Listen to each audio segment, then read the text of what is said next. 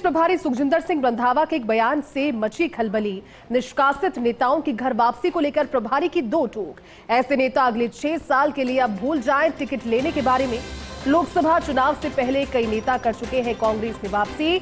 हाल ही में अमीन खान की घर वापसी हुई है, तो वहीं निकाय और पंचायत चुनाव से पहले भी कई नेता घर वापसी की कतार में है। लेकिन प्रदेश प्रभारी सुखजिंदर सिंह रंधावा का एक बयान जो अपने आप में कई स्पष्ट संदेश देता हुआ, संकेत देता हुआ, निष्कासित नेता भले ही घर वापसी कर रहे हैं, पार्टी का दामन एक बार फिर से थाम रहे हैं, लेकिन उनका ये कहना और दो टूक शब्दों में कहना कि जो लोग घर वापसी करके आए हैं वो स्वागत उनका है, पार्टी में वो कार्य कर सकते हैं, लेकिन किसी भी तरह के चुनाव में अगले 6 साल के लिए टिकट की स्पर्धा में वो नहीं आएंगे सामने, और ऐसे में टिकट लेने के बारे में वो भूल जाएं।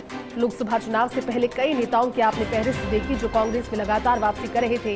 हाल ही में अमीन खान की भी घर वापसी हुई, लेकिन सुखजिंदर सिंह रंधावा का ये बयान अभी सियासी गलियारों में चर्चाओं का विषय है। Senior special reporter Dinesh Dangi जुड़े हैं ज्यादा जानकारी के साथ। दिनेश, महत्वपूर्ण स्टेटमेंट है अपने आप में, क्योंकि कांग्रेस के प्रदेश प्रभारी सुखजिंदर सिंह रंधावा अपने दो टूक बयानों के लिए जाने जाते हैं, स्पष्टवादिता के लिए जाने जाते हैं। ऐसे में निष्कासित नेताओं की घर वापसी को लेकर भी एक बड़ा स्टेटमेंट उन्होंने दिया है। क्या मायने और हो सकते हैं दिनेश इस बयान के अपने आप में?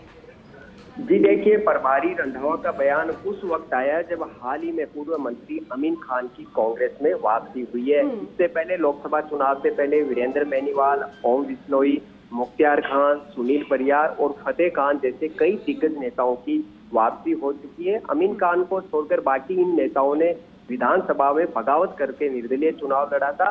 ऐसे में उनको पार्टी से निष्कासित कर दिया गया था। लेकिन एक कह सकते हैं कि दोनों ही दलों में और कांग्रेस पार्टी में ये परंपरा है कि कोई चुनाव जब सामने बड़ा आता है तो उनको वापस शामिल कर लिया जाता है। अब जब जल्दी ही निकाय और पंचायत चुनाव सामने है तो करीब 1 दर्जन नेता, जिसमें कई बड़े नाम है, गोपाल गुर्जर है, पूर्व विधायक रामचंद्र सरादना है, पूर्व विधायक मेवाराम जैन है, बालेंद्र शेखावत है, ऐसे बलराम यादव है, कई नेता है जो कांग्रेस पार्टी में वापसी करना चाहते हैं। लेकिन कल सूर्यनगरी जोधपुर में प्रभारी रंधावा के दिए गए बयान से इनकी कह सकते हैं कि धड़कने और टेंशन बढ़ चुकी है, और उन्होंने पीसीसी चीफ गोविंद सिंह डोटासरा को ऑन स्पॉट वहीं कहा मीडिया के सामने कि ऐसे नेताओं को अब भूल जाना चाहिए। उन्हें अगले 6 साल जो किसी भी इस तरह का चुनाव हो उसमें टिकट देने के बारे में बिल्कुल भूल जाना चाहिए। और उन्होंने कहा कि कांग्रेस में अब आया राम गया राम की जो संस्कृति है बिल्कुल बर्दाश्त नहीं होगी। ऐसे नेता पहले पार्टी में 6 साल के लिए काम करें, पार्टी की सेवा करें, एक कार्यकर्ता की तरह काम करें,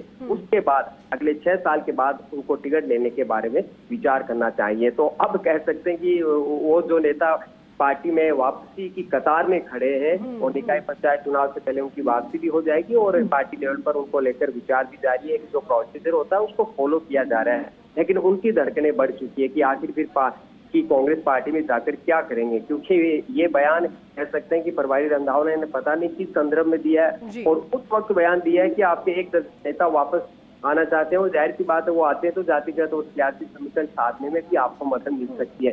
तो इस बयान से कहीं वो डर कर बैकफुट पर न चला जाए कि जो फैसला करने जा रहे हैं जहाँ है वहीं रहे।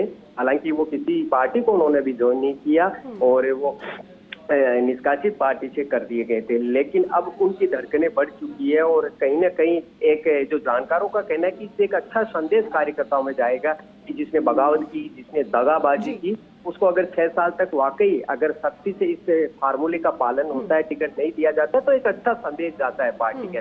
लेकिन कांग्रेस में कई दफा कई मरतबा इस तरह की बातें होती है टिकट वितरण को लेकर, लेकिन चुनाव आते वक्त कह सकते हैं कि ये सारे दावे और कयास और जो तरक है, जो फार्मूले, वो टिक नहीं पाते। यानी आज से पहले तो कह सकते हैं कि 100% इस तरह के दावे और फार्मूले लागू नहीं हुए, लेकिन अब जब प्रभारी रंधावा ने कहा है तो किस तरह आने वाले निकाय पंचायत चुनाव में इसको फॉलो किया जाता है, आने वाले विधानसभा चुनाव में इनके ये बयान को और निर्देशों को किस तरह पालन किया जाता है, ये गौर करने वाली बात है। लेकिन जो नेता वापसी कर चुके हैं और वापसी की कतार में, उनकी धड़कनें बेचैनी इस बयान से जरूर बढ़ी।